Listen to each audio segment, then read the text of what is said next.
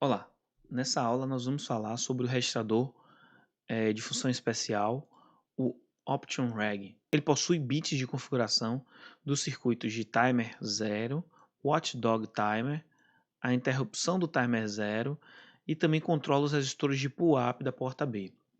Ele está presente em dois bancos, no banco 1 e no banco 3, os bancos 1 e 3 aqui embaixo, nos endereços 81H e 181H. Bem, cada bit desse registrador possui uma função. Começando pelo bit menos significativo, pelos bits menos significativos, que são PS0 e PS1, esses bits são responsáveis por configurar a taxa do a seleção da taxa do circuito de Prescaler. Desculpa, PS0, PS1 e PS2 também, são 3 bits. Os 3 bits menos significativos são utilizados para configurar o circuito de Prescale do timer 0 ou do timer do Watchdog Timer. Mas antes de falar sobre a função dos bits PS2, PS1 e PS0, precisamos deixar claro o que seria um Prescaler, que está aqui. Esse scaler, na verdade, se trata de um circuito divisor de frequência. Ele vai pegar a frequência de entrada e dividir por valores configuráveis. Esses valores podem ser, no caso do timer 0, ele pode dividir por 2, por 4, por 8, por 16, por 32, por 64, por 128 ou por 256. Ou seja, a partir da configuração dos bits PS0, PS1 e PS2, segundo essa tabela, eu posso dividir a frequência dos pulsos que chegam ao timer 0 por 2, por 4, por 8, por 16, 32, 64, 128 ou 256.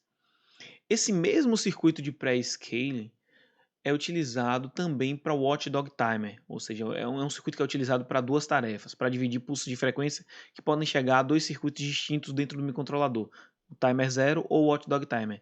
No caso do Watchdog Timer, ele pode dividir a frequência de entrada por 1, 2, 4, 8, 16, 32, 64 ou 128. Então, basicamente, configurando, ou melhor, estabelecendo os estados lógicos dos bits PS2, PS1 e PS0, a gente pode configurar a taxa de divisão desse circuito pré-scaling, certo?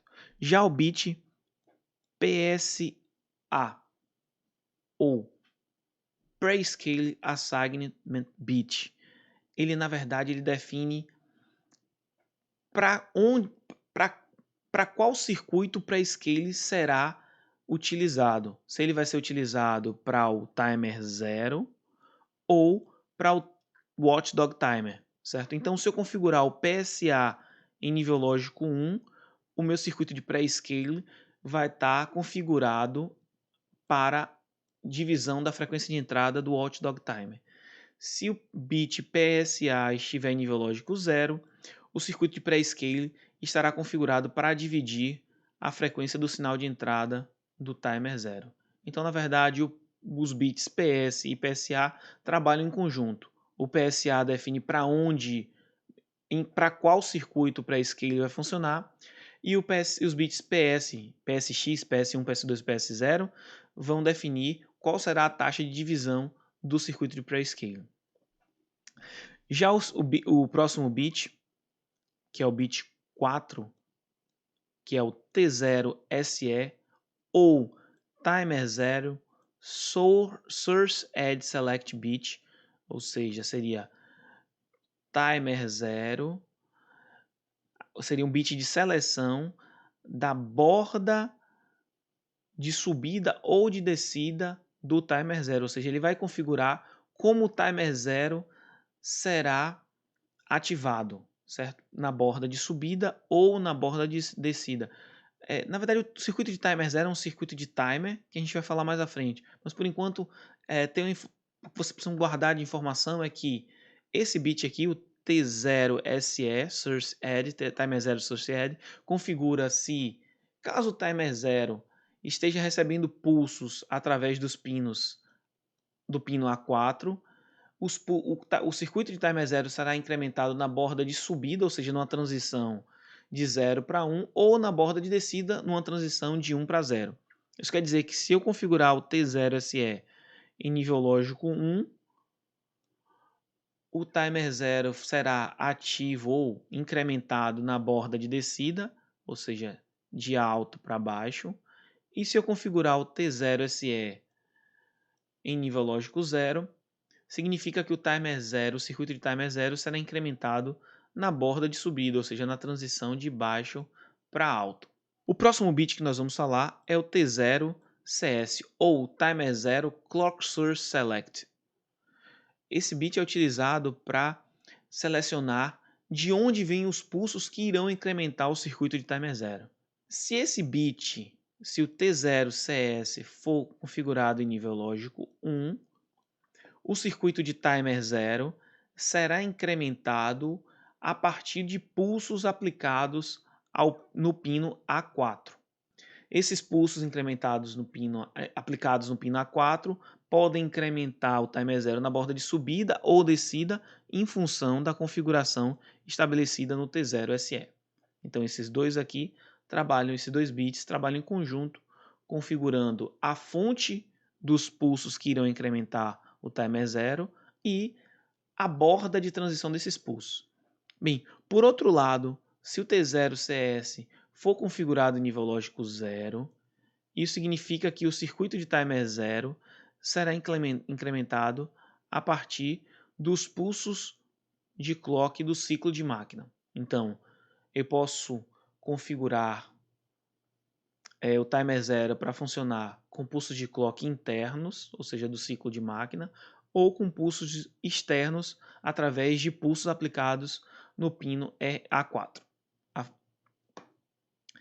Já o bit 6, o int EDG, ou Interruption Edge, ele configura a forma com que a interrupção externa será ativada.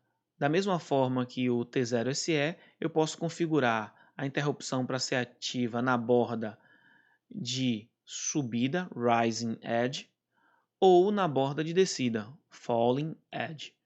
Certo? Então, colocando o int EDG, ou Interruption Edge, em nível lógico 1, a interrupção será ativa na borda, a interrupção externa será ativa na borda de subida e configurando o int EDG em nível lógico 0, a interrupção externa será ativa na borda de descida. Lembrando que esses pulsos, no caso da interrupção externa, são aplicados no pino B0, certo? E por fim, o último bit do registrador Option Reg é o RBPU. Esse bit configura os resistores de PUAP, habilitam ou desabilitam os resistores de PUAP da porta B. Bem, para que servem esses resistores de PUAP? Os resistores de PUAP funcionam quando você está com um sinal flutuante na porta, e para garantir que esse sinal não vai ficar flutuando entre 0 e 1, você habilita esses resistores de PUAP e garante que quando o sinal estiver flutuando, ele estará em nível lógico 1. Em caso ele entre em flutuação, na verdade, esse sinal será retido em nível lógico 1, ou seja, puxado para cima. Bem, como é feita a configuração? Se eu configurar o bit RB PUAP em nível lógico 1, eu desabilito os resistores de PUAP, e se eu configurar o RB PUAP em nível lógico 0, eu habilito os resistores de PUAP da porta. Bem, em relação ao registrador Option Reg, é isso que nós temos.